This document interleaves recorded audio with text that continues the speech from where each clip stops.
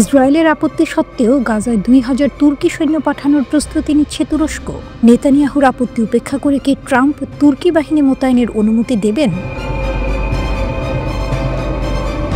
তুরস্ক নিহত এক ইসরায়েলি কর্মকর্তার মরদেহ ফিরিয়ে দিয়েছে এবং এখন রাফা সীমান্ত দিয়ে নিরাপদ যাতায়াত নিশ্চিত করতে চায়। তুরস্ক সরকার শান্তিরক্ষা বাহিনীর অংশ হিসেবে গাজায় সৈন্য পাঠানোর পরিকল্পনা প্রায় চূড়ান্ত করছে।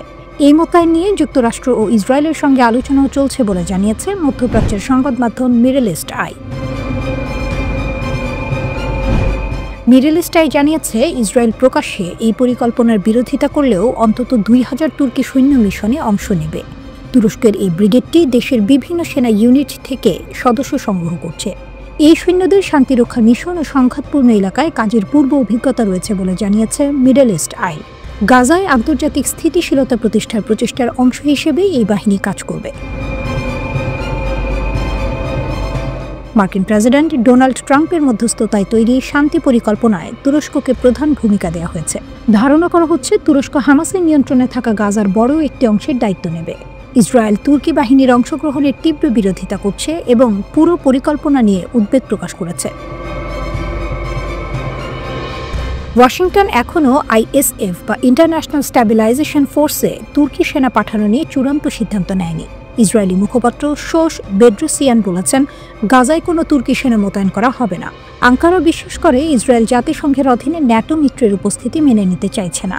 তুরস্ক গাজার যুদ্ধ পরবর্তী নিরাপত্তা ও মানবিক পুনর্গঠনে সরাসরি ভূমিকা নিতে চায়। তীব্র আলোচনার পর তুরস্ক ইসরায়েলি সেনা হাদার গোল্ডিনের মরদেহ ফেরত আনতে সাহায্য করেছিল।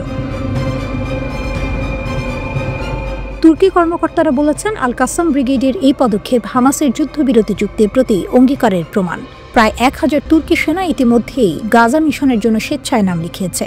জাতিসংঘ ও আঞ্চলিক অংশীদারদের সঙ্গে আলোচনার পর এই মিশনের চূড়ান্ত সিদ্ধান্ত নেওয়া হবে বলে আশা করা হচ্ছে।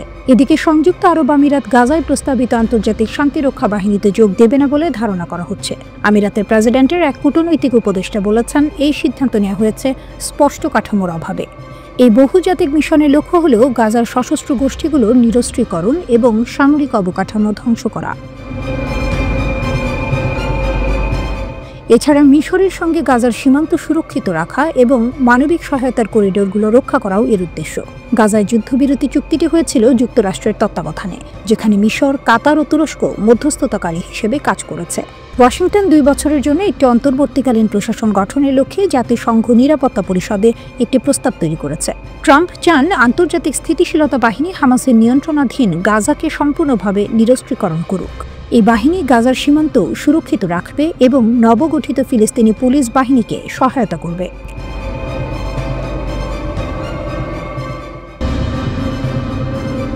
যুদ্ধের দামামা, ইসরায়েলি সেনা শিবিরে বিরাট ক্ষয়ক্ষতি। হিজবুল্লাহর ঘাঁটিতে ৪০টি ক্ষেপণাস্ত্র, লেবানন সীমান্তে মহাপ্রলয় আসন্ন। লেবাননের প্রতিরোধ আন্দোলন হিজবুল্লাহর বিরুদ্ধে একটি সর্বাত্মক যুদ্ধের আশঙ্কা যত বাড়ছে, ততই ইসরায়েলি সামরিক ঘাঁটির ভেতরের সংকট প্রকাশ্যে আসছে। নতুন করে যুদ্ধ শুরু হওয়ার আশঙ্কায় ইসরায়েলি সেনাবাহিনীতে দেখা দিয়েছে তীব্র ক্ষয়ক্ষতি ও সেনা ঘাটতি। অন্যদিকে লেবাননের মাটিতে ইসরায়েলের চাপিয়ে দেয়া এক চরম দাবি প্রত্যাখ্যান হওয়ার পরপরই সীমান্তে শুরু হয়েছে বিমান হামলার মহড়া। ইসরায়েলি সেনা শিবিরে ১২,০০০ সৈন্যের ঘাটতি। ওয়াইএনইটি নিউজ জানিয়েছে, ইসরায়েলি সামরিক বাহিনী তাদের পদমর্যাদার এই ঘাটতি মোকাবিলায় মরিয়া হয়ে উঠেছে। তারা জরুরি ভিত্তিতে ১২,০০০ সৈন্য নিয়োগের পরিকল্পনা করছে, যার মধ্যে সম্মুখ সমরের জন্য প্রস্তুত ৭,০০০ যুদ্ধ ইউনিট সৈন্য অন্তর্ভুক্ত। ইসরায়েলি সেনাবাহিনীর একজন জ্যেষ্ঠ কর্মকর্তা সতর্ক করেছেন যে ২০২৭ সালের মধ্যে এই কর্মী সংখ্যা আরও উল্লেখযোগ্যভাবে হ্রাস পাবে। তিনি আরও জানান, সামরিক বাহিনীকে এখন দীর্ঘমেয়াদের পরিষেবা এবং সংরক্ষিত দায়িত্বের বিশাল বৃদ্ধির জন্য প্রস্তুত থাকতে হবে।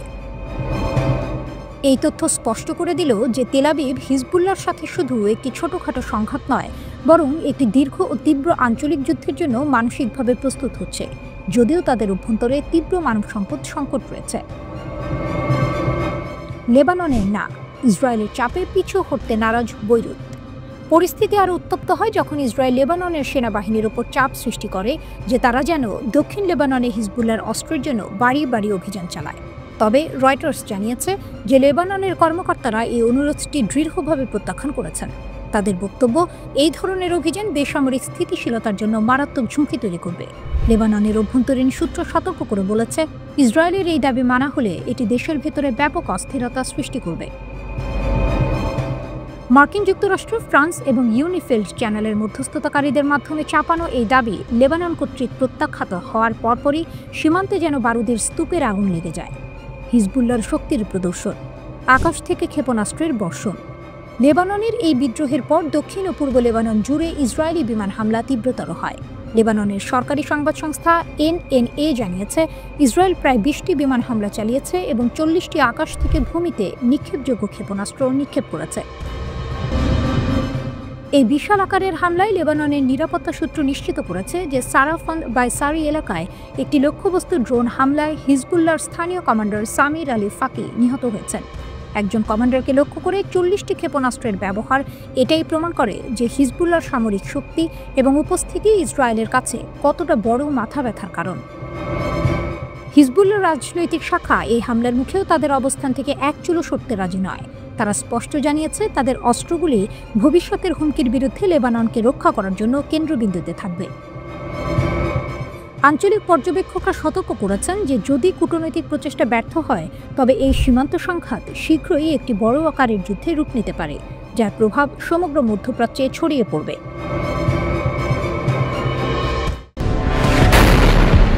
লেবানন সীমান্তে বারুদের স্তূপ, যুদ্ধের দামামা, ইসরায়েলি সেনা শিবিরে বিরাট ঘাটতি।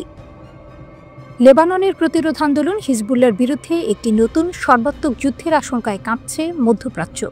আর এই অগ্নিগর্ভ পরিস্থিতির মাঝে ইসরায়েলি সামরিক বাহিনীতে দেখা দিয়েছে এক তীব্র সংকট। যুদ্ধের প্রস্তুতি সত্ত্বেও তাদের সেনা সংখ্যায় প্রায় 1000 সৈন্যের বিরাট ঘাটতি। এই ঘাটতি মেটাতে আগামী 5 বছরের মধ্যে অতিরিক্ত 12,000 সৈন্য নিয়োগের মরিয়া পরিকল্পনা করছে ইসরায়েল। অন্যদিকে হিজবুল্লাহ তাদের অবস্থান স্পষ্ট করে জানিয়েছে, তাদের অস্ত্র হল লেবাননের অস্তিত্ব রক্ষার একমাত্র গ্যারান্টি। সামরিক ঘাটতি, ইসরায়েলের দুর্বলতা প্রকাশ। ওয়াইনেট নিউজের প্রতিবেদন অনুযায়ী ইসরায়েলি সেনাবাহিনীর পরিকল্পনা ও কর্মী প্রশাসন বিভাগের প্রধান ব্রিগেডিয়ার জেনারেল শাই তাইয়েব নাসাদ উপকমিটিকে জানিয়েছেন, সেনাবাহিনীকে আগামী 5 বছরে 36 মাসের চাকরি এবং বছরে 70 দিনের রিজার্ভ ডিউটির জন্য প্রস্তুত থাকতে হবে। এর থেকেই স্পষ্ট, তেল আবিব হিজবুল্লাহর সাথে দীর্ঘমেয়াদী এবং তীব্র সংঘাতের জন্য মানসিক প্রস্তুতি নিচ্ছে। কিন্তু সমস্যা হলো, বর্তমানে যুদ্ধ ইউনিটে 7,000 সহ মোট 12,000 সৈন্যের ঘাটতি রয়েছে। তাইয়েব সতর্ক করেছেন যে 2027 সালের জানুয়ারির মধ্যে এই সৈন্য সংখ্যা আরও উল্লেখযোগ্যভাবে হ্রাস পেতে পারে। এই তথ্য ইসরায়েলের সামরিক শ্রেষ্ঠত্বের ধারণাকে প্রশ্নবিদ্ধ করছে, যা যুদ্ধের মুখে তাদের অভ্যন্তরীণ দুর্বলতা প্রকাশ করে দিল। ঘরে ঘরে তল্লাশির দাবি ও লেবাননের প্রত্যাখ্যান। যুদ্ধের আবহকে আরও নাটকীয় করে তুলেছে ইসরায়েলের একটি চরম দাবি। রয়টার্সের সূত্র মতে, ইসরায়েল বৈরুতের উপর চাপ দিচ্ছে যেন লেবাননের সশস্ত্র বাহিনী দক্ষিণ লেবাননে বাড়ি বাড়ি হিজবুল্লাহর অস্ত্রের জন্য অভিযান চালায়। লেবাননের সেনাবাহিনী এই দাবি জোরালোভাবে প্রত্যাখ্যান করেছে। একজন লেবানিজ কর্মকর্তার কঠোর উক্তি, তারা আমাদের ঘরে ঘরে তল্লাশি চালানোর দাবি করছে এবং আমরা তা করব না। বৈরুত সতর্ক করেছে যে এই ধরনের পদক্ষেপ লেবাননের অভ্যন্তরে ভয়াবহ নাগরিক অস্থিরতা সৃষ্টি করবে এবং বাসিন্দারা এই তল্লাশিকে ইসরায়েলের প্রতি আনুগত্য হিসাবে দেখবে। লেবাননের এই তীব্র অস্বীকৃতির পরপরই দেখা যায় সীমান্তের পরিস্থিতি আরও উত্তপ্ত হয়ে উঠেছে। ইসরায়েলি বিমান হামলা এবং সীমান্ত অঞ্চলে আক্রমণ বেড়েছে বহুগুণ। হিজবুল্লাহর শক্তির প্রদর্শন, নিহত কমান্ডার ও অবিচল অবস্থান। সংঘাতের এই তীব্রতা লেবাননের গভীরেও আঘাত এনেছে। রয়টার্স এবং লেবাননের সরকারি জাতীয় সংবাদ সংস্থা জানিয়েছে, দক্ষিণ লেবাননের সারা ফান্দো বাইসারিও মহাসড়কে ইসরায়েলি ড্রোন হামলায় হিজবুল্লাহর একজন কমান্ডার সামির আলী ফকি নিহত হয়েছেন। একই দিনে লেবাননের সংবাদ মাধ্যম জানিয়েছে, ইসরায়েলি যুদ্ধবিমান পূর্ব ও দক্ষিণ লেবাননে হিজবুল্লাহর অবস্থানে প্রায় 20টি বিমান হামলা চালিয়েছে এবং প্রায় 40টি আকাশ থেকে ভূমিতে নিক্ষেপযোগ্য ক্ষেপণাস্ত্র নিক্ষেপ করেছে। ইসরায়েলের এই বিশাল আকারের হামলা হিজবুল্লাহর সামরিক উপস্থিতি এবং তাদের অস্ত্রের মজুতের প্রতি তেল আবিবের চরম উদ্বেগকে প্রতিফলিত করে। এই ধ্বংসাত্মক আক্রমণের মুখেও হিজবুল্লাহর মনোবল অটুট। হিজবুল্লাহর রাজনৈতিক পরিষদের উপপ্রধান মাহমুদ কোমাতি নিরস্ত্রীকরণের বিরুদ্ধে গোষ্ঠীর অবস্থান পুনর্ব্যক্ত করেছেন। তার দৃঢ় ঘোষণা, লেবাননের অস্তিত্ব এবং শক্তি রক্ষার জন্য তাদের অস্ত্র অপরিহার্য, যা সম্ভাব্য ইসরায়েলি আগ্রাসনের বিরুদ্ধে প্রতিরোধের প্রাচীর হিসেবে কাজ করে। মধ্যপ্রাচ্যের সীমান্ত এখন বারুদের স্তূপের উপর দাঁড়িয়ে। ইসরায়েলি সেনাবাহিনীর ঘাটতি এবং হিজবুল্লাহর অদম্য শপথের এই দ্বিমুখী চাপ পরিস্থিতিকে এমন এক বিন্দুতে নিয়ে এসেছে যেখানে একটিমাত্র স্ফুলিঙ্গই অঞ্চলটিকে এক ধ্বংসাত্মক যুদ্ধে নিক্ষেপ করতে পারে।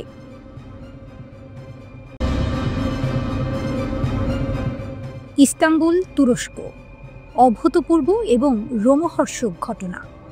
ইসরায়েলের প্রধানমন্ত্রী বেনিয়ামিন নেতানিয়াহুর বিরুদ্ধে গ্রেপ্তারি পরোয়ানা জারি করেছে তুরস্ক।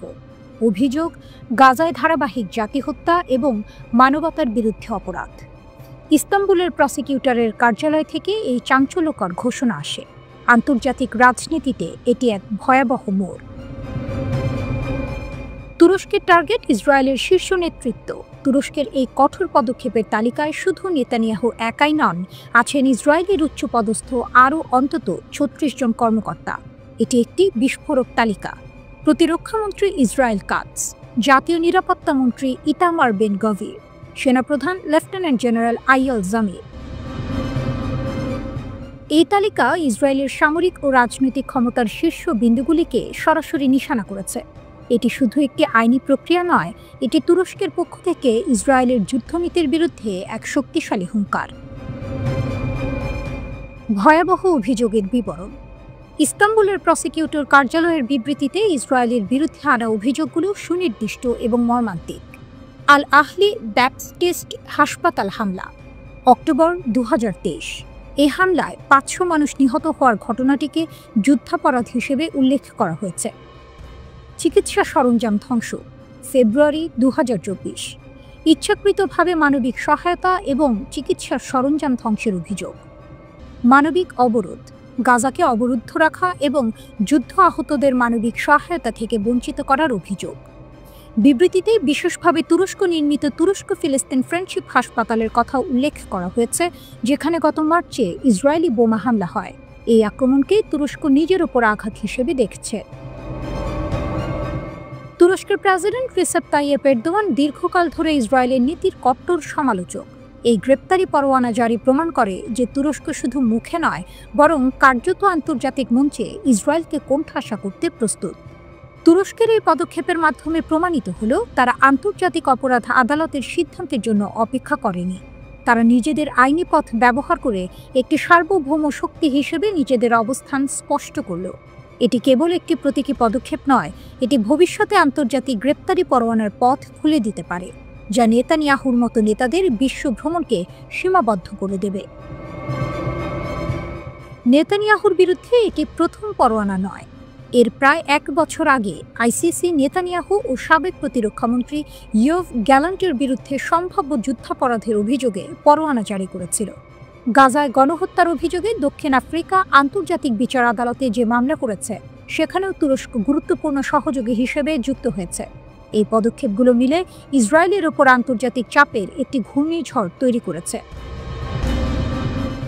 প্রতিক্রিয়া, ইসরায়েল ও হামাস। ইসরায়েলের প্রতিক্রিয়া ছিল তীব্র ও ঘৃণাপূর্ণ।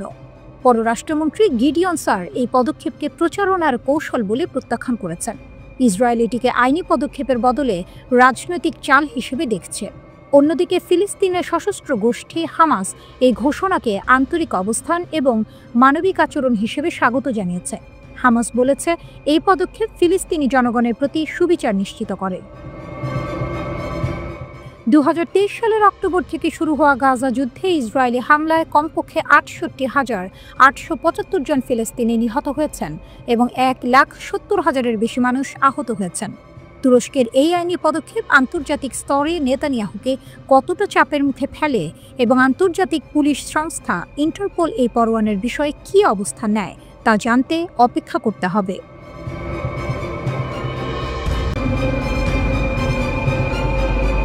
বিশ্বের পারমাণবিক মঞ্চে ফের বাজছে এক বিপজ্জনক অ্যালার্ম। জাতিসংঘের পারমাণবিক নজরদারি সংস্থা IAEA এর প্রধানের মন্তব্য আন্তর্জাতিক মহলে এক নজিরবিহীন বিভ্রান্তি এবং গভীর উদ্বেগ সৃষ্টি করেছে। ট্রাম্পের সঙ্গে আলোচনার মাঝে ইরানের এই ধাক্কা যেন এক নতুন ভূ রাজনৈতিক ঝড়ের পূর্বাভাস দিচ্ছে। IAEA প্রধানের ভয়ঙ্কর সতর্কতা। IAEA প্রধান রাফায়েল গ্রোসি গত ৬ নভেম্বর ফ্রান্স 24-এর সাথে এক সাক্ষাৎকারে যে কথাগুলো বলেছেন তা রীতিমতো শিহরণ জাগানো। গ্রোসি নিশ্চিত করেছেন যে মার্কিন যুক্তরাষ্ট্র এবং ইসরায়েলের একের পর এক হামলায়, বিশেষত জুন থেকে নাতানজ, ইস্পাহান ও ফোর্ডের ওপর হামলায় ইরানের পারমাণবিক কর্মসূচি মারাত্মকভাবে ক্ষতিগ্রস্ত হলেও ইরান এখনও পারমাণবিক বোমা তৈরির জ্ঞান এবং উপকরণ ধরে রেখেছে। ইরানের হাতে রয়েছে অত্যন্ত সমৃদ্ধ ইউরেনিয়াম এবং পারমাণবিক অস্ত্র তৈরির প্রযুক্তিগত ক্ষমতা। বিশেষজ্ঞরা অনুমান করছেন IAEA প্রধানের ইঙ্গিত অনুযায়ী অস্ত্র তৈরি করতে তেহরানের 1 বছর বা তারও বেশি সময় লাগতে পারে।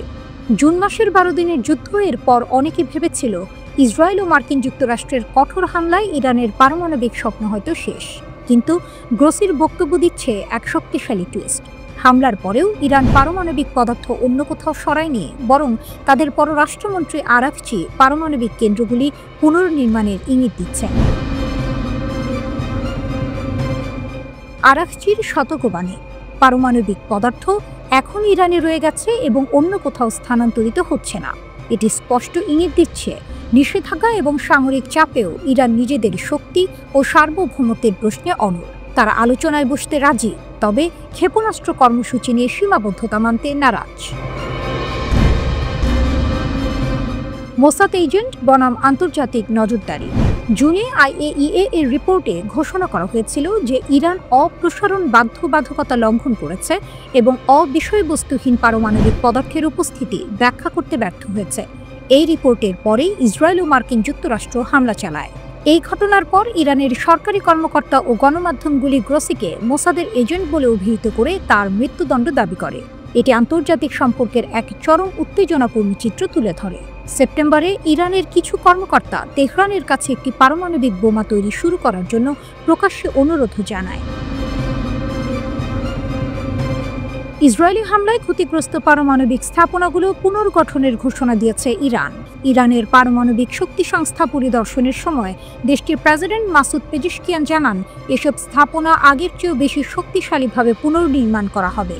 তিনি আরও বলেন, ইরানের কখনোই পারমাণবিক অস্ত্র অর্জনের ইচ্ছা ছিল না, এখনও নেই। প্রেসিডেন্ট পারমাণবিক স্থাপনাগুলোর সর্বশেষ অবস্থা সম্পর্কে ব্রিফিং গ্রহণ করেন। তিনি সতর্ক করে বলেন, কোনো স্থাপনা ধ্বংস হলেও ইরান পিছু হটবে না, কারণ ইরানি বিজ্ঞানীরা প্রয়োজনীয় সকল জ্ঞান ও দক্ষতা অর্জন করে রেখেছেন। অন্যদিকে দেশটির সরকারি মুখপাত্র ফাতেমে মোহজারানি জানান, ইরান তার পারমাণবিক কর্মসূচি নিয়ে আলোচনার পুনরায় শুরু করার একটি বার্তা পেয়েছে, তবে তিনি বার্তাটির উৎস সম্পর্কে কিছু জানাননি। ইউক্রেনের জ্বালানি অবকাঠামো লক্ষ্য করে রাশিয়া আবারও এক ব্যাপক ক্ষেপণাস্ত্র ও ড্রোন হামলা চালিয়েছে। এই হামলা প্রমাণ করে রাশিয়া এই আসন্ন শীতে ইউক্রেনকে এক অন্ধকার ও শীতল চ্যালেঞ্জের মুখে ফেলতে প্রস্তুত। জ্বালানি মন্ত্রী সুইতলানা গ্রিনচুক দৃঢ়তার সঙ্গে বলেছেন, মস্কো চেয়েছিল ইউক্রেনে এই শীতকাল যেন হালকা ও উত্তপ্ত না হয়। রাশিয়ার আক্রমণের প্রধান লক্ষ্য ছিল ইউক্রেনের মূল জ্বালানি সুবিধাগুলি। এই হামলায় কয়েকটি গুরুত্বপূর্ণ বিদ্যুৎ কেন্দ্রে আঘাত এনেছে, যার ফলস্বরূপ দেশ জুড়ে জরুরি ব্ল্যাকআউট কার্যকর করা হয়েছে। কিয়েভে অগ্নিকাণ্ড। রাজধানী কিয়েভে ভোর 4:30 বিস্ফোরণের শব্দ শোনা যায়। শহরের মেয়র ভিটালি ক্লিটস্কো নিশ্চিত করেছেন যে পেচেরস্কিতে ড্রোন ধ্বংসাবশেষ পড়ার পর বিশাল অগ্নিকাণ্ড ঘটে। বহুতল ভবন ধস। আরও রোমহর্ষক ঘটনা ঘটে দিনিপ্রো শহরে। সেখানে একটি রুশ ড্রোন একটি বহুতল ভবন ধ্বংস করে দেয়। এই হামলায় অন্তত 7 জন আহত হয়েছেন। হামলার মাত্রা এত ব্যাপক ছিল যে ইউক্রেনের মধ্য ও পূর্ব অঞ্চলের পাশাপাশি কৃষ্ণ সাগর তীরবর্তী ওডেসা অঞ্চলও রেহাই পায়নি। আঞ্চলিক গভর্নর ওলেগ কিপার একটি জ্বালানি সুবিধার ক্ষতি নিশ্চিত করেছেন। মস্কোর কৌশল, ইউক্রেনকে দুর্বল করার ক্ষমতা। সাম্প্রতিক মাসগুলোতে মস্কো ইউক্রেনের জ্বালানি অবকাঠামোকে লক্ষ্য করে তাদের হামলা জোরদার করেছে। এই ব্যাপক হামলা মস্কোর বিশাল সামরিক শক্তি ও সক্ষমতার প্রমাণ দেয়। বিশেষজ্ঞরা সতর্ক করছেন, শীতকাল ঘনিয়ে আসার সঙ্গে সঙ্গে এই কৌশল ইউক্রেনের জন্য তাপের ঘাটতিজনিত এক গুরুতর ঝুঁকি তৈরি করতে পারে। প্রাকৃতিক গ্যাস সাধারণ মানুষের ঘর গরম রাখার জন্য অপরিহার্য। বারবার ক্ষেপণাস্ত্রের আঘাতে লক্ষ্যবস্তু হচ্ছে।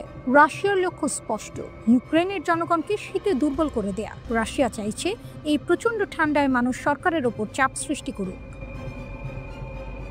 কিয়েভের পাল্টা জবাব, তেলের মজুদ ও রিফাইনারিতে আঘাত। তবে ইউক্রেন বসেনি। মস্কোর এই হামলার পাল্টা জবাবে কিয়েভও রাশিয়ার ভূখণ্ডের গভীরে আঘাত হেনেছে। টার্গেট রাশিয়ান রিফাইনারি এবং তেলের মজুদগুলিতে আঘাত হানাই ছিল ইউক্রেনের কৌশল। উদ্দেশ্য, এই ইউক্রেনীয় হামলার প্রধান উদ্দেশ্য হল রাশিয়ার জ্বালানি রপ্তানি রোধ করা এবং যুদ্ধের লজিস্টিক ব্যবস্থা বিপর্যস্ত করে দেয়া। ইউক্রেনীয় বিমান বাহিনীর তথ্য অনুযায়ী রাশিয়া মোট ৪৫টি ক্ষেপণাস্ত্র নিক্ষেপ করে, যার মধ্যে মাত্র ৯টি প্রতিহত করা সম্ভব হয়েছে। একই সঙ্গে প্রায় ৪৫০টি ড্রোনও ছোড়া হয়। ২৬টি ক্ষেপণাস্ত্র ও ৫২টি আঘাতকারী ড্রোন ২৫টি স্থানে আঘাত হেনেছে, বিমান বাহিনী জানায়। হামলাগুলোর বেশিরভাগই ঘটেছে কেন্দ্রীয় পোলতাভা ও ডিপ্লো পেট্রোভস্ক অঞ্চলে, পাশাপাশি রাজধানী কিয়েভেও। শত্রু আবারও ইউক্রেনের জ্বালানি অবকাঠামোর ওপর ব্যাপক হামলা চালাচ্ছে, বলেন দেশটির জ্বালানি মন্ত্রী সভিতলানা গ্রিনচুক। একদিকে রাশিয়া যখন ইউক্রেনের জ্বালানি গ্রিডকে পঙ্গু করে দিচ্ছে, অন্যদিকে ইউক্রেনও রাশিয়ার অর্থনীতির শিরায় আঘাত হানার ক্ষমতা দেখাচ্ছে। এই লড়াই এখন শুধু ফ্রন্ট লাইনে নয়, বরং তাপ এবং বিদ্যুতের সরবরাহ লাইনেও চলছে। সামনে কঠিনতম শীত। ইউক্রেনের জ্বালানি মন্ত্রী নাগরিকদের আশ্বস্ত করেছেন যে গ্রিড স্থিতিশীল হলেই বিদ্যুৎ ফিরে আসবে। কিন্তু রাতভর জারি থাকা ব্যালিস্টিক ক্ষেপণাস্ত্র আক্রমণের সতর্কতা এবং ব্যাপক ধ্বংসলীলা এক গভীর অনিশ্চয়তা সৃষ্টি করেছে। এই শীতে ইউক্রেনের জনগণকে চরম ঠান্ডার বিরুদ্ধে যুদ্ধ করতে হবে, আর এটাই হবে এই সংঘাতের সবচেয়ে রোমহর্ষক অধ্যায়। মাদুরোর ড্রোন যুদ্ধ, আমেরিকার উঠোনে উত্তেজনার মেঘ। নিকোলাস মাদুরোর ভেনেজুয়েলা যেন এক রাজনৈতিক দাবানল। হোয়াইট হাউসের নাকের ডগায় ক্যারিবীয় সাগরে এক নতুন সামরিক খেলার মঞ্চ প্রস্তুত হচ্ছে, যার নেপথ্যে রয়েছে ইরানের ছায়া, আর তাতে জ্বালানি যোগাচ্ছে ডোনাল্ড ট্রাম্পের বিরুদ্ধে তার কড়া অবস্থান। এ যেন এক ভূ রাজনৈতিক থ্রিলার, যেখানে প্রতিটি চালই এক একটি অনিশ্চিত মোড়। মার্কিন উঠোনে যুদ্ধের মেঘ জমা হচ্ছে। ওয়াশিংটন পোস্ট ও নিউজ উইকের বিস্ফোরক রিপোর্টগুলি এক গোপন চুক্তির পর্দা উন্মোচন করেছে। ভেনেজুয়েলা নাকি ইরানের কাছ থেকে চেয়েছে অত্যাধুনিক ড্রোন, সেই ড্রোন যা ইউক্রেনের রণাঙ্গনে কুখ্যাত শাহেদ নামে পরিচিত। কারাকাসের পরিবহন মন্ত্রী ১০০০ কিলোমিটার পাল্লার ড্রোন চেয়েছেন বলে খবর। এ যেন দূর থেকে ছোড়া এক নীরব ক্ষেপণাস্ত্রের দাবি। ইরান ও মাদুরো এক নতুন সামরিক যুগলবন্দী। ইরানের ড্রোন বিশেষজ্ঞ ফ্যাবিয়ান হিঞ্চ বলেছেন, তেহরানের কাছে অত্যন্ত সমৃদ্ধ সিস্টেম পোর্টফোলিও আছে যা তারা কারাকাসকে দিতে পারে। ভাবুন তো, ইউক্রেন যুদ্ধে আলোড়ন সৃষ্টিকারী তুর্কি নির্মিত বিয়ারাক্তার TB2 এর অ্যানালগ মোহাজের 6 কিংবা সুদূর নজরদারির জন্য মোহাজের 2, এগুলো কি তবে পৌঁছাতে চলেছে ভেনেজুয়েলার উপকূলে? আরও আছে ৬০০ মাইলেরও বেশি পাল্লার শাহেদ 131 ড্রোন। এগুলি যদি সত্যিই মার্কিন সীমান্তে মোতায়েন হয়, তবে পরিস্থিতি অকল্পনীয় উত্তেজনার দিকে মোড় নেবে। মাদুরো কি তবে সত্যিই আমেরিকার সামরিক ঘাঁটিগুলোর ওপর দিয়ে মৃত্যুর বীজ ছড়াতে চাইছেন? ক্যারিবীয় সাগরে আমেরিকান ঘাঁটির ঘুম কেড়ে নেওয়া হুমকি। মার্কিন সামরিক ঘাঁটিগুলো, বিশেষত পুয়ের্তো রিকোর ফোর্ট বুচালান, ক্যাম্প সান্তিয়াগো এবং মুনিজ ইয়ার ন্যাশনাল গার্ড বেস সবই এখন আক্রমণের পরিসরের মধ্যে। শুধু তাই নয়, কিউবার কুখ্যাত গুয়ান্তানামো উপসাগরে মার্কিন ঘাঁটিও বাদ যাচ্ছে না। এই ড্রোনগুলি যদি একবার উড়ে যায়, তবে মার্কিন প্রতিরক্ষা ব্যবস্থা কি তাকে রুখতে পারবে? ওয়াশিংটন এখন যেন উদ্বেগজনক নীরবতার মধ্যে। তবে কি মাদুরো একা নন? তিনি যে রাশিয়ার প্রেসিডেন্ট ভ্লাদিমির পুতিন এবং চীনের শি জিনপিংয়ের কাছেও বর্ধিত সামরিক সহযোগিতা চেয়েছেন, তা এই নাটকে নতুন মাত্রা যোগ করেছে। ট্রাম্পের বিরুদ্ধে মাদুরো যেন প্রতিদ্বন্দ্বীদের সমাবেশ ঘটিয়েছেন। রাশিয়া থেকে সুখোই যুদ্ধ বিমানের সংস্কার এবং চীন থেকে রাডার শনাক্তকরণ ব্যবস্থার দ্রুত উৎপাদন। মাদুরো তার দেশকে দুর্গের মতো করে গড়ে তুলতে চাইছেন। মার্কিন যুক্তরাষ্ট্রও বসে নেই। তারা রুজভেল্ট রোডস নৌ স্টেশন পুনরায় চালু করেছে এবং রাফায়েল হার্নান্দেজ এবং হেনরি রোহেলসেন বিমানবন্দরে রানওয়ে সক্ষমতা বাড়াচ্ছে। এগুলি ভেনেজুয়েলার উপকূল থেকে মাত্র ৫০০ মাইল দূরে, অর্থাৎ প্রতি আক্রমণের প্রস্তুতি চলছে জোর কদমে। মাদুরো কি সত্যিই তার এই ড্রোন ডিপ্লোম্যাসি দিয়ে ট্রাম্পকে চ্যালেঞ্জ জানাতে পারবেন, নাকি ক্যারিবীয় সাগরে ভেসে বেড়ানো মার্কিন বিমানবাহী রণতরীগুলোই শেষ পর্যন্ত এই খেলার চূড়ান্ত রেফারি হবে? ইতিহাস সাক্ষী, আমেরিকার উঠোনে এমন বিপজ্জনক খেলা এর আগে কেউ খেলতে সাহস দেখায়নি। মাদুরোর এই চাল কি তাকে বীরত্ব দেবে, নাকি অনিবার্য পতনের দিকে ঠেলে দেবে? উত্তর দেবে সময়। কিন্তু আপাতত উত্তেজনার পারদ চরমে।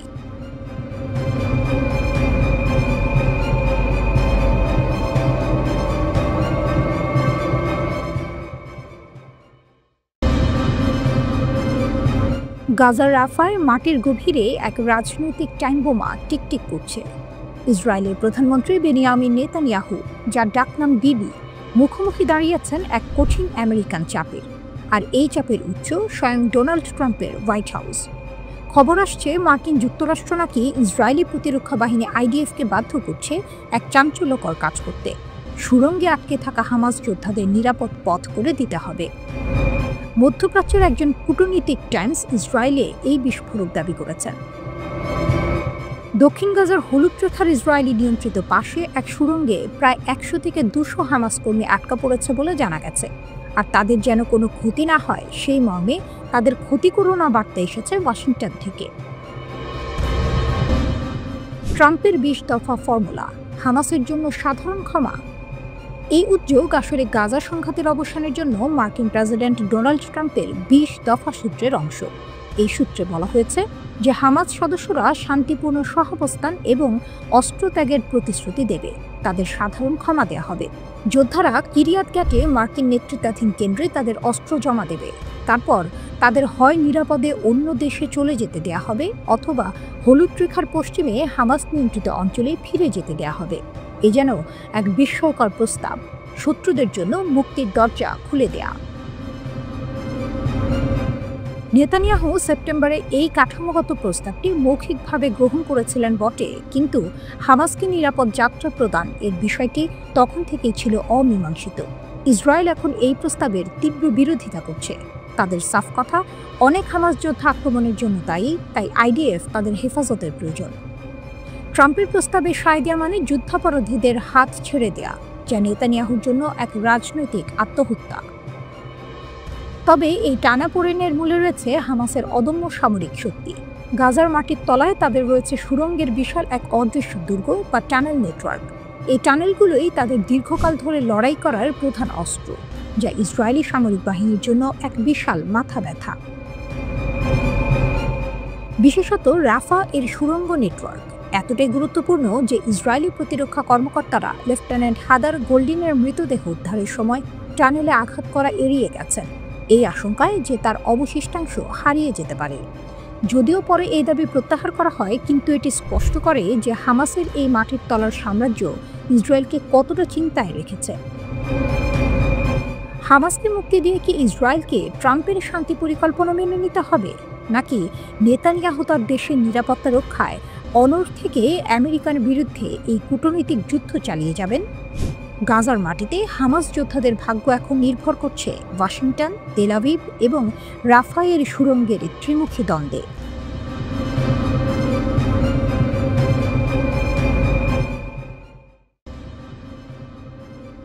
বিশ্বের মনোযোগ তখন তীব্র আলোয় ঝলসে উঠছিল। একদিকে ইসরায়েল এবং তার ছায়ার সঙ্গে মার্কিন যুক্তরাষ্ট্র, সামরিক শক্তিতে যারা প্রায় অপ্রতিরোধ্য। অন্যদিকে ইরান, একাকী এক শক্তি যার উপর নেমে এসেছিল বোমা বর্ষণের কালমে। কিন্তু ইতিহাস সাক্ষী, 12 দিনের সেই কল্পিত সংঘর্ষে যা ঘটেছিল তা ছিল এক অবিশ্বাস্য টুইস্ট।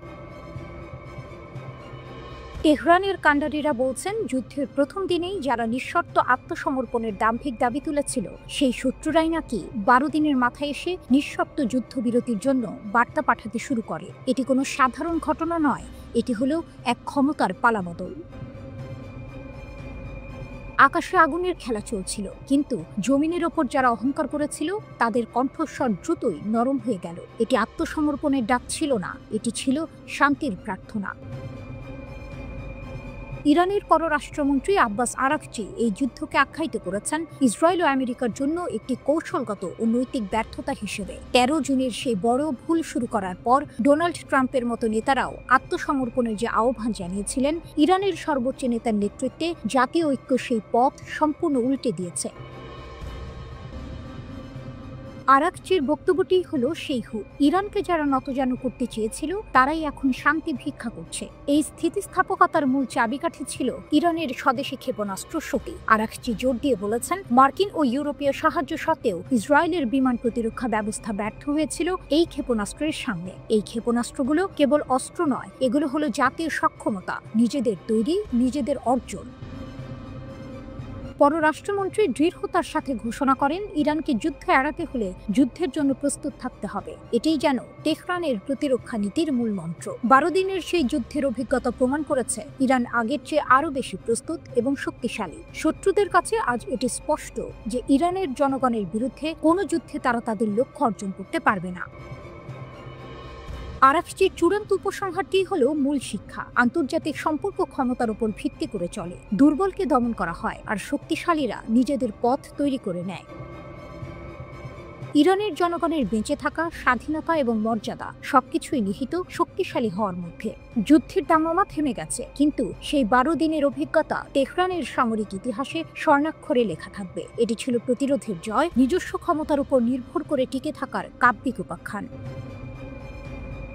তেহরানের পক্ষ থেকে স্পষ্ট বার্তা, তাদের সশস্ত্র বাহিনীর ক্ষমতা এবং ক্ষেপণাস্ত্র শক্তি 23 মে এর চেয়ে দুর্বল তো নয়ই, বরং আরও শক্তিশালী। ইরান তার অস্তিত্ব রক্ষার যুদ্ধে জিতেছে, তাদের অহংকারকে পরিণত করেছে প্রতিরক্ষার দুর্গে।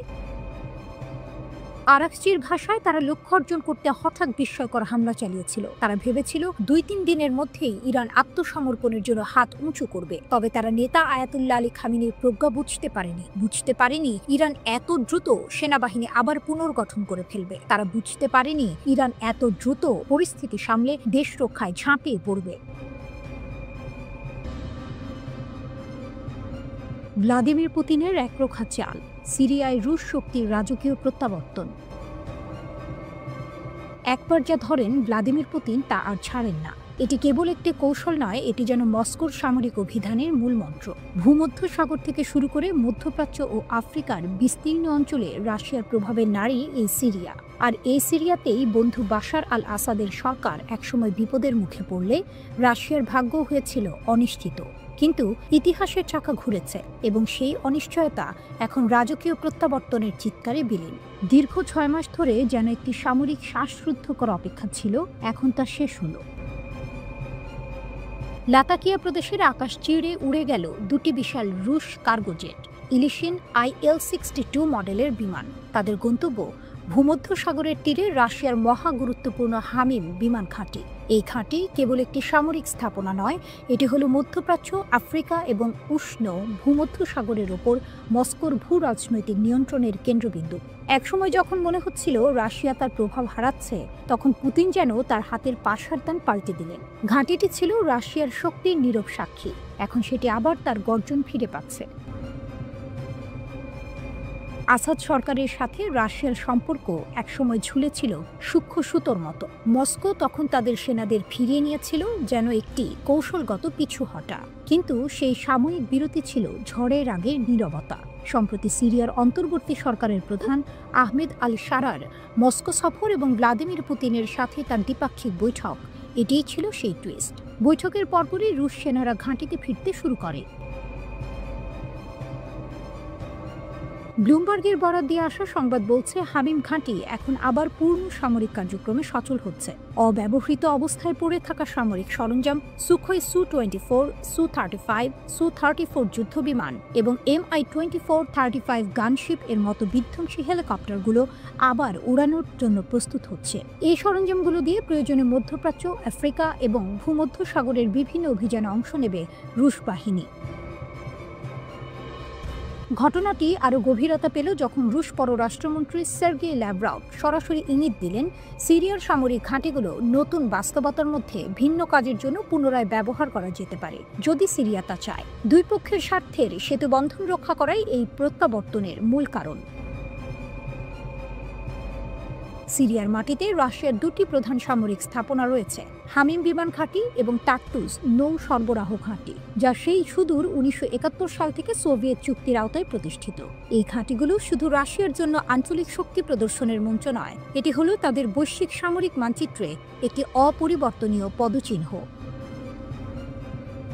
ষড়যন্ত্র, কৌশল এবং শক্তির ভারসাম্যের খেলায় ভ্লাদিমির পুতিন আবার এক বিশাল চাল দিলেন। সিরিয়ার আকাশে রুশ বিমানের গর্জন কেবল একটি আগমন নয়, এটি একটি ঘোষণা।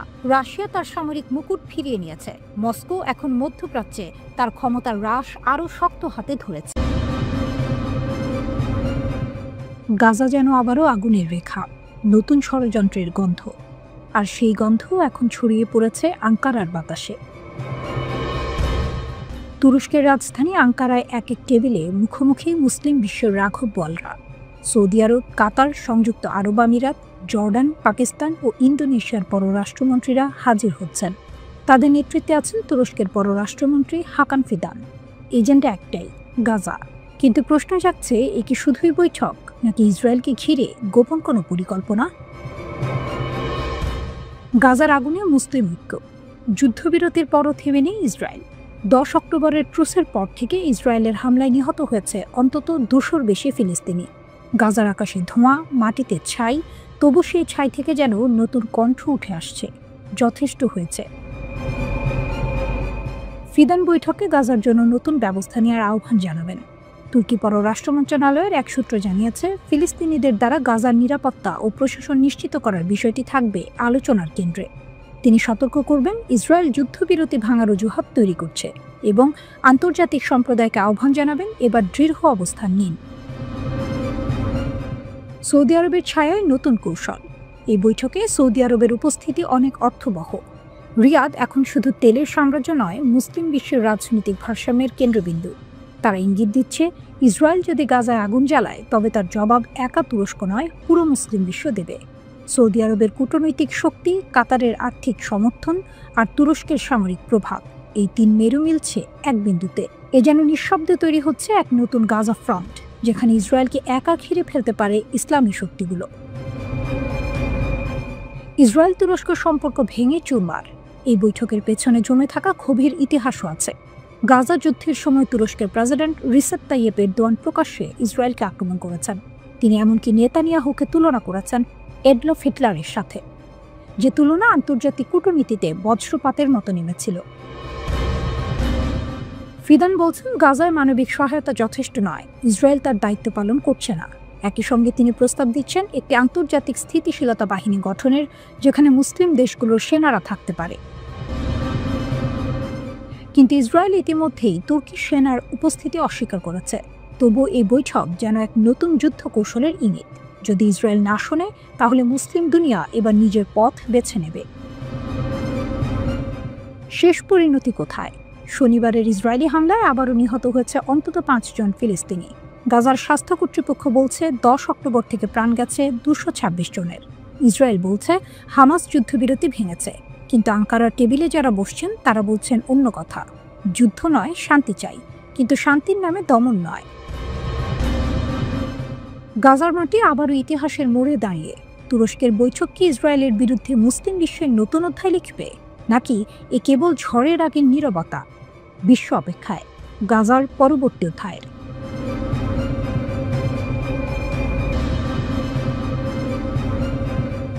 আকাশে হঠাৎ দেখা গেল উড়ন্ত চাকতি। সময়টা জুলাই 1947। আমেরিকার শহর থেকে শহরে মানুষ বলতে লাগলো, আমরা কিছু দেখেছি, উড়ন্ত অজানা কিছু, ইউএফও।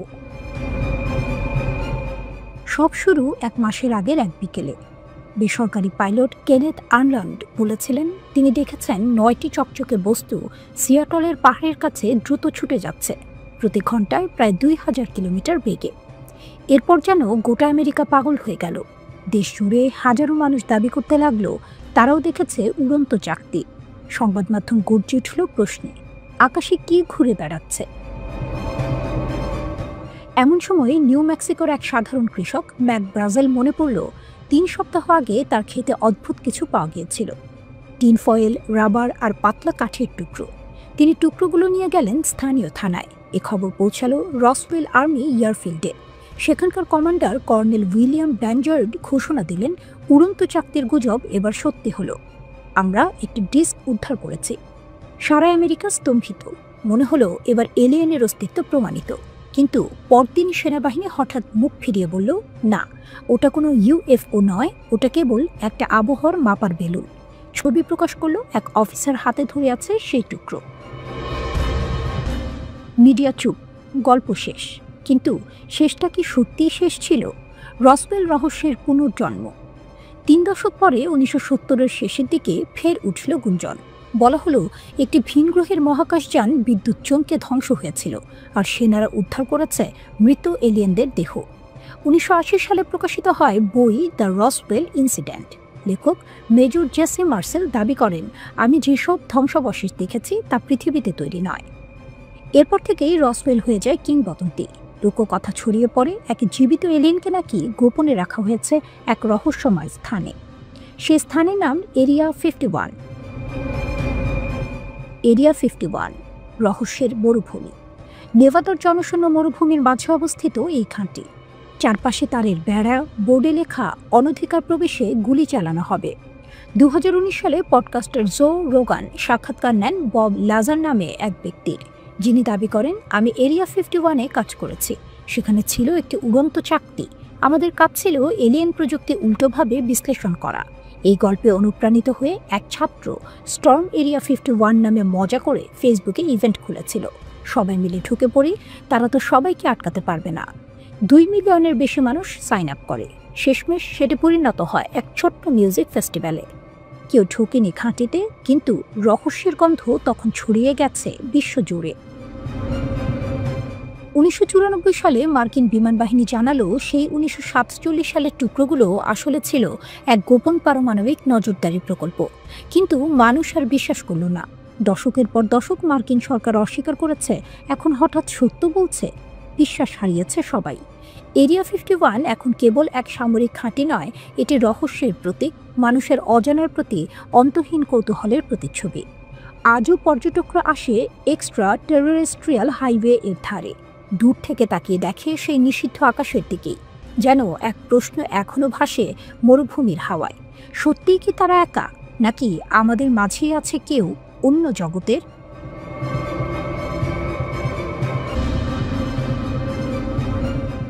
ইরানের আকাশে নতুন সূর্যোদয়।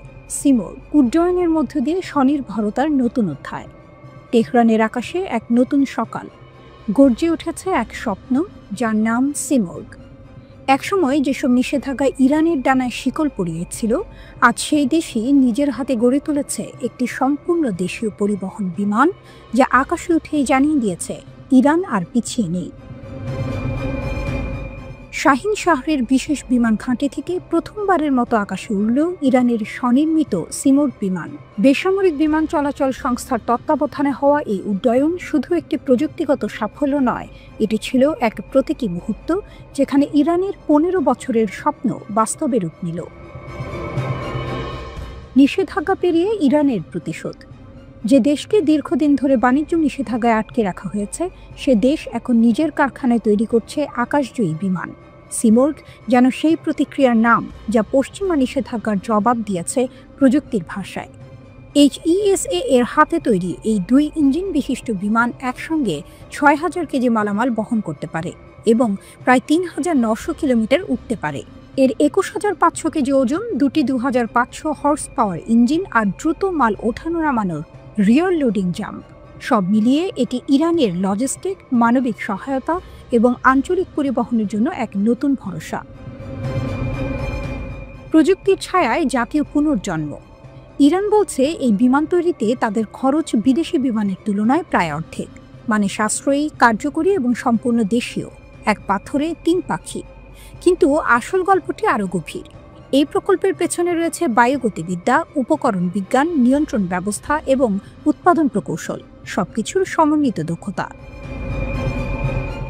বিশ্লেষকরা বলছেন এটাই ইরানের শিল্প বিপ্লবের নতুন সূচনা, ইরানের শিল্পযাত্রার মেরুদণ্ড। সিমোর্গ শুধু একটি বিমান নয়, এটি ইরানের শিল্পভিত্তি পুনর্গঠনের প্রতীক। শত শত স্থানীয় কারখানা, উপকরণ প্রস্তুতকারক, ইলেকট্রনিক্স কোম্পানি ও সফটওয়্যার ডেভেলপার একসাথে কাজ করেছে এই প্রকল্পে। ফলাফল একটি জাতীয় শিল্প বাস্তুতন্ত্র, যা শুধু বিমান নয়, ভবিষ্যতে ড্রোন, স্যাটেলাইট ও বৈদ্যুতিক প্রযুক্তির ক্ষেত্রেও পথ খুলে দিতে পারে। ইস্পাহান শহর, যেখানে এই বিমান তৈরি হয়েছে, এখন ইরানের নতুন প্রযুক্তির রাজধানী। সেখানে শত শত প্রকৌশলী ও প্রযুক্তিবিদ কাজ করছেন, এ যেন ইরানের পরবর্তী প্রজন্মের স্বপ্নের কারখানা। নিষেধাজ্ঞাকে শক্তিতে রূপান্তর। নিষেধাজ্ঞার কারণে ইরান বহু বছর ধরে বিদেশি বিমান বা যন্ত্রাংশ আমদানি করতে পারেনি, কিন্তু সেই বাধাকেই তারা পরিণত করেছে সুযোগে। দেশের ভেতরেই তৈরি করছে বিমান, যাতে আর বাইরের কারো দিকে তাকাতে না হয়। একজন ইরানি কর্মকর্তা বলেন, আমরা বাধা পাইনি, আমরা চ্যালেঞ্জ পেয়েছি, আর সেই চ্যালেঞ্জই আমাদের উঠতে শিখিয়েছে। সিমোর্গ, আকাশে এক প্রতিজ্ঞা। ইরান এখন আশা করছে আন্তর্জাতিক মান পূরণ করতে পারলে এই বিমান রপ্তানি করা যাবে উন্নয়নশীল দেশগুলোতে। আর তা না হলেও দেশের বিশাল পাহাড়ি অঞ্চল, জরুরি সহায়তা আর ত্রাণ সরবরাহের কাজেই সিমোর্গ যথেষ্ট ভূমিকা রাখবে। বিদেশি আমদানি প্রতিস্থাপন করে সিমোর্গ ইতিমধ্যেই অর্থনীতিকে সাহায্য করছে। বিদেশি মুদ্রা সাশ্রয় হচ্ছে, শিল্প বিকাশ পাচ্ছে, আর দেশজ প্রযুক্তি এখন জাতীয় গৌরবের প্রতীক।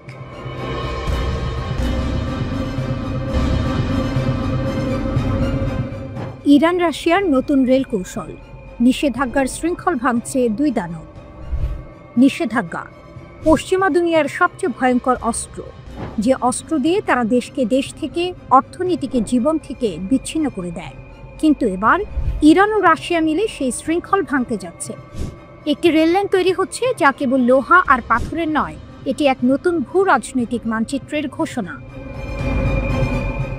ইরানের উত্তরাঞ্চলের রাশিদ শহর থেকে আজারবাইজানের সীমান্তবর্তী আস্তারা পর্যন্ত ১৬২ কিলোমিটার দীর্ঘ এক রেলপথ নির্মাণে হাত মিলিয়েছে তেহরান ও মস্কো। এই প্রকল্পের নাম international north south transport corridor, INSTC, যা ভারত মহাসাগর থেকে ইউরোপ পর্যন্ত পণ্য পরিবহনের সময় ও খরচ দুই বদলে দেবে। মেহের নিউজ জানিয়েছে, রাশিদ আস্তারা রেল লাইন সম্পন্ন হলে বাণিজ্যের খরচ কমবে ৩০%, আর সময় লাগবে ৩৭ দিনের বদলে মাত্র ১৯ দিন। অর্থাৎ সুয়েজ খাল ঘুরে যে পণ্য মাসখানেক পরে পৌঁছাতো, এখন তা পৌঁছাবে অর্ধেক সময়েই। এ যেন নিষেধাজ্ঞার বুকে ছুরি বসানো এক প্রকল্প। বিশ্লেষকরা বলছেন, এই রেল লাইন শুধু অর্থনীতির নয়, এটি এক কৌশলগত বিপ্লব। কারণ এটি পশ্চিমা নৌশক্তির খবরদারি থেকে পুরোপুরি মুক্ত। সুয়েজ খাল, মাল্লাকা প্রণালী, যেখানে মার্কিন যুদ্ধ জাহাজের ছায়া সবসময় ভাসে, সেই পথ এড়িয়ে সরাসরি যুক্ত হবে ইরান, রাশিয়া, আজারবাইজান, ভারত ও ইউরোপ। এই রেলপথ যেন এক স্থলপথের বিদ্রোহ, যা আমেরিকার নিষেধাজ্ঞা নীতিকে অকার্যকর করে দেবে। প্রকল্পটির বাজেট ৬০ কোটি ইউরো, আর এই অর্থের সিংহভাগ দিচ্ছে রাশিয়া নিজে। নির্মাণের দায়িত্ব তাদেরই অভিজ্ঞ ইঞ্জিনিয়ারদের হাতে। তেহরান বলছে, এই রেলপথ তৈরি হলে ইরান আর কখনোই পশ্চিমা অবরোধে হাঁটু গেড়ে বসবে না। রাশিয়া বলছে, আমরা সমুদ্র পথে আটকে পড়ব না, আমরা রেলপথে জয় করব বিশ্বকে। এই রেল করিডোরের সবচেয়ে গুরুত্বপূর্ণ দিক হলো এটি পশ্চিমা নৌশক্তির প্রভাব থেকে পুরোপুরি মুক্ত। সুয়েজ খাল বা মালাক্কা প্রণালীর মতো সামুদ্রিক পথে আমেরিকা যে খবরদারি চালায়, এই রেলপথ চালু হলে তা থেকে মুক্তি পেতে পারে রাশিয়া ও ইরান। এটি দুই দেশকে একটি সমান্তরাল অর্থনৈতিক ব্যবস্থায় বিচ্ছিন্ন দেশ থেকে অর্থনীতির গুরুত্বপূর্ণ খেলোয়াড়ে পরিণত করতে পারে। এই করিডোর কেবল পরিবহন প্রকল্প নয়, এটি এক অর্থনৈতিক প্রতিশোধের রূপকথা, যেখানে নিষেধাজ্ঞায় ক্লান্ত দুই দেশ নিজেদের ভাগ্য নতুন করে লিখছে লোহার রেল লাইনের উপর দিয়ে। যে পথে ট্রেন ছুটবে তার শব্দে থাকবে চ্যালেঞ্জ, তোমরা আমাদের থামাতে চেয়েছিলে, কিন্তু আমরা পথই বদলে ফেলেছি। রাশিদ থেকে আস্তারা, এই লাইন শুধু দুটো শহরকে নয়, সংযুক্ত করবে এক ভিন্ন দুনিয়াকে। এক দুনিয়া যেখানে আমেরিকার নিষেধাজ্ঞা হারিয়ে যাবে ইস্পাতের ঝনঝন শব্দে, আর উঠবে নতুন এক সূর্য, ইরান ও রাশিয়ার ঐক্যের সূর্য। বিশ্ব রাজনীতির মানচিত্রে এই রেললাইন এক নতুন রেখা টানছে। সেই রেখা বলে দিচ্ছে, পশ্চিম যতই অবরোধ দিক না কেন, পূর্ব তার পথ নিজেই তৈরি করে নেয়। এই রেললাইন কেবল পথ নয়, এটি প্রতিরোধের প্রতীক। এটি ইরান ও রাশিয়ার প্রতিশোধের ট্রেন, যার ধোঁয়ায় হারিয়ে যাবে নিষেধাজ্ঞার দেয়াল।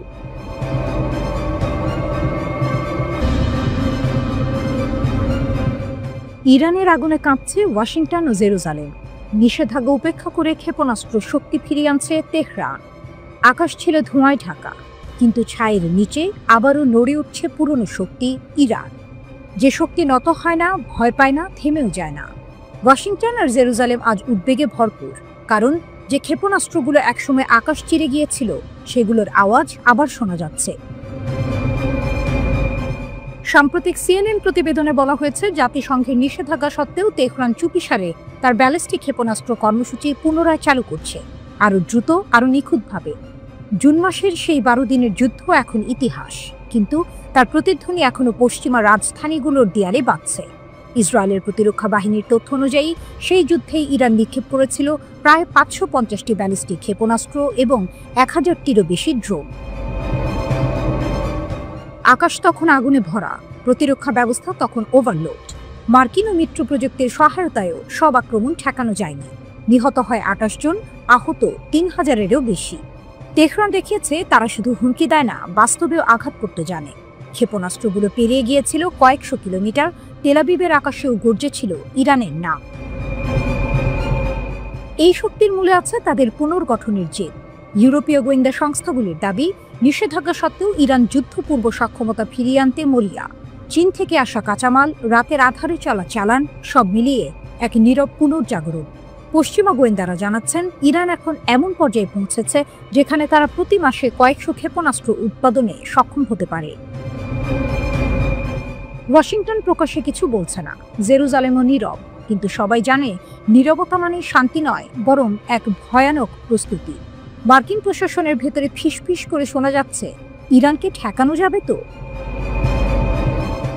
ইরানের সর্বোচ্চ নেতা আয়াতুল্লাহ খামেনি এদিকে জনসম্মুখে ঘোষণা দিয়েছেন, আমরা যুদ্ধ চাই না, কিন্তু কেউ যদি আমাদের ভয় দেখায় আমরা তাকে শেখাবো কিভাবে প্রতিরোধ করতে হয়।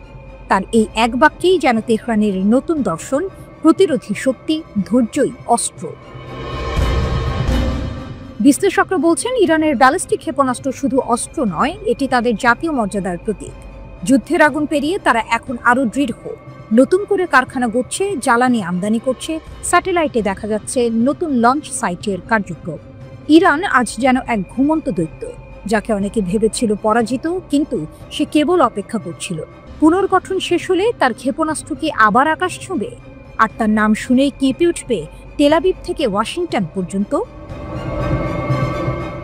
একটি বার্তা যেন তেহরানের বাতাসে ভাসছে, আমাদের ধ্বংস ভেবেছিলে, ভুল করেছ, আমরা ধ্বংস থেকে জন্ম নিই।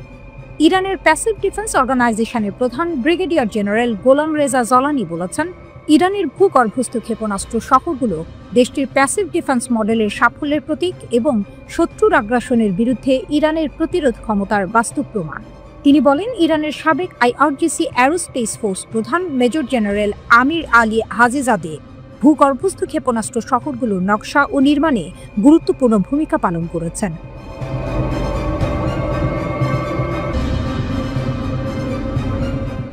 অবশেষে উড়ল ইরানের সিমর্গ।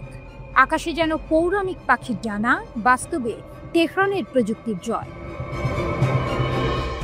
অবশেষে ইরান পেরেছে, যা ছিল একসময় কল্পনা, যা ছিল অসম্ভবের সীমান্তে, আজ তা বাস্তব। আয়াতুল্লাহ আলী খামেনির তেহরান এবার আকাশে তুলেছে নিজস্ব ডানায় তৈরি এক বিস্ময়, নাম সিমর্গ। ফার্সি পুরাণের পৌরাণিক পাখি, যার ডানায় নাকি লুকিয়ে থাকে আগুন, জ্ঞান আর অমরত্বের ছোঁয়া। আজ সেই সিমর্গ শুধু গল্পে নয়, উঠছে সত্যিকার আকাশে। মঙ্গলবার মধ্য ইরানের শাহির শহরের বিমান ঘাঁটিতে গর্জে উঠল দুটি শক্তিশালী ইঞ্জিন। গর্জনের সাথে উঠে গেল ইরানের গর্ব, তার প্রযুক্তি, তার স্বাধীনতার প্রতি। উপস্থিত ছিলেন প্রতিরক্ষা ও পরিবহন মন্ত্রণালয়ের উপমন্ত্রী সহ শীর্ষ সামরিক কর্মকর্তারা। মুহূর্তটা যেন শুধু এক উড়ান নয়, এক জাতির পুনর্জন্ম। ইরানের আকাশে যে পাখি উড়ল তার ভেতরে শুধু ধাতু নয়, আছে এক জাতির প্রতিশোধের ইতিহাস। একসময় নিষেধাজ্ঞায় জর্জরিত দেশটি আজ সেই বাধার ভেতর দিয়েই বানিয়েছে নিজস্ব কার্গো বিমান, নিজস্ব প্রযুক্তিতে, নিজস্ব হাতে, নিজস্ব স্বপ্নে। ইরানের সিভিল এভিয়েশন অর্গানাইজেশন জানিয়েছে, সিমর্গকে বহরে যোগ দেওয়ার আগে 100 ঘন্টা পর্যন্ত বিভিন্ন পরিস্থিতিতে উড়ান পরীক্ষা করতে হবে। 15 বছরের পরিশ্রমে তৈরি এই বিমান এখন তেহরানকে নিয়ে গেছে বিশ্বের সেই 20টি দেশের তালিকায়, যারা নিজেদের নকশায় বিমান তৈরি করতে পারে। প্রেস টিভি জানায়, সিএএ প্রধান হোসেন পুরফারজানি বলছেন, এই উড়ান শুধু প্রযুক্তির নয়, আত্মনির্ভরতার জয়। আমরা দেখিয়ে দিয়েছি নিষেধাজ্ঞা আমাদের থামাতে পারে না। সিমর্গ কেবল একটি কার্গো বিমান নয়, এটি ইরানের নতুন কৌশলগত বার্তা। পশ্চিমা বিশ্বের চোখে চোখ রেখে বলা, আমরাও পারি নিজেদের শক্তিতে। বিমানটিতে রয়েছে দুটি 2500 হর্স পাওয়ারের ইঞ্জিন। এটি 6 মেট্রিক টন পণ্য 3900 কিলোমিটার দূরত্ব পর্যন্ত বহন করতে পারে। সর্বোচ্চ টেক অফ ওজন 21.5 মেট্রিক টন। হালকা, দ্রুত এবং চটপটে এই বিমানকে বলা হচ্ছে ইরানের আবহাওয়ার জন্য একদম আদর্শ। 2022 সালের মে মাসে সিমর্গ প্রথম ফাস্ট ট্যাক্সি টেস্ট সম্পন্ন করেছিল। এরপর থেকে চলছিল এ সার্টিফিকেশন প্রক্রিয়া। এখন সেটি প্রায় শেষের পথে। বিশেষজ্ঞরা বলছেন এই বিমান ইরানের সামরিক সক্ষমতায় নতুন মাত্রা যোগ করবে। দেশের স্থল ও নৌবাহিনীর ঘাঁটিগুলোর মধ্যে দ্রুত সরঞ্জাম, রসদ বা সেনা পরিবহনে এটি হবে গেম চেঞ্জার। এমনকি ভবিষ্যতে এটি স্বল্প পল্লার যাত্রী পরিবহনেও ব্যবহার হতে পারে। আর সেখানেই ইরানের পরিকল্পনার গভীরতা। যখন পশ্চিমা বিশ্ব নিষেধাজ্ঞার দেয়াল তুলে তেহরানকে আটকে রাখতে চায়, তখন ইরান নিজের আকাশে তৈরি করছে বিকল্প এক মহাবিশ্ব, যেখানে প্রযুক্তি, গর্ব আর প্রতিরোধ মিলে গড়ে তুলছে নতুন বাস্তবতা। আজ আকাশে উঠছে সিমোর, কিন্তু আসলে উঠছে এক দেশের আত্মবিশ্বাস। এই উড়ান প্রমাণ করছে ইরানের শক্তি শুধু ক্ষেপণাস্ত্রে নয়, তার শক্তি মেধায়, প্রযুক্তিতে আর নিজের ভাগ্য নিজে গড়ে তোলার সাহসে। তেহরানের আকাশে আজ আবারও শোনা গেল সে অমর সুর, আমরা উড়ব কারণ আমাদের ডানা নিজেদের হাতে তৈরি।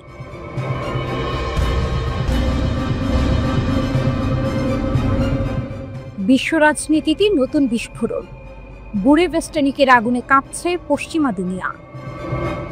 রাশিয়া যখন তার নতুন পারমাণবিক ক্রুজ ক্ষেপণাস্ত্র বুরেভেস্টানিক মিত্রদের হাতে তুলে দেওয়ার প্রস্তাব রাখল, ঠিক সেই মুহূর্তে তেহরান থেকে ভেসে এলো এক কাঁপানো ঘোষণা, আমরা নতুন বিশ্ব ব্যবস্থা গড়ব। এ যেন এক সুরে বাঁচতে শুরু করেছে তিন শক্তির ত্রিমূর্তি, রাশিয়া, চীন ও ইরান।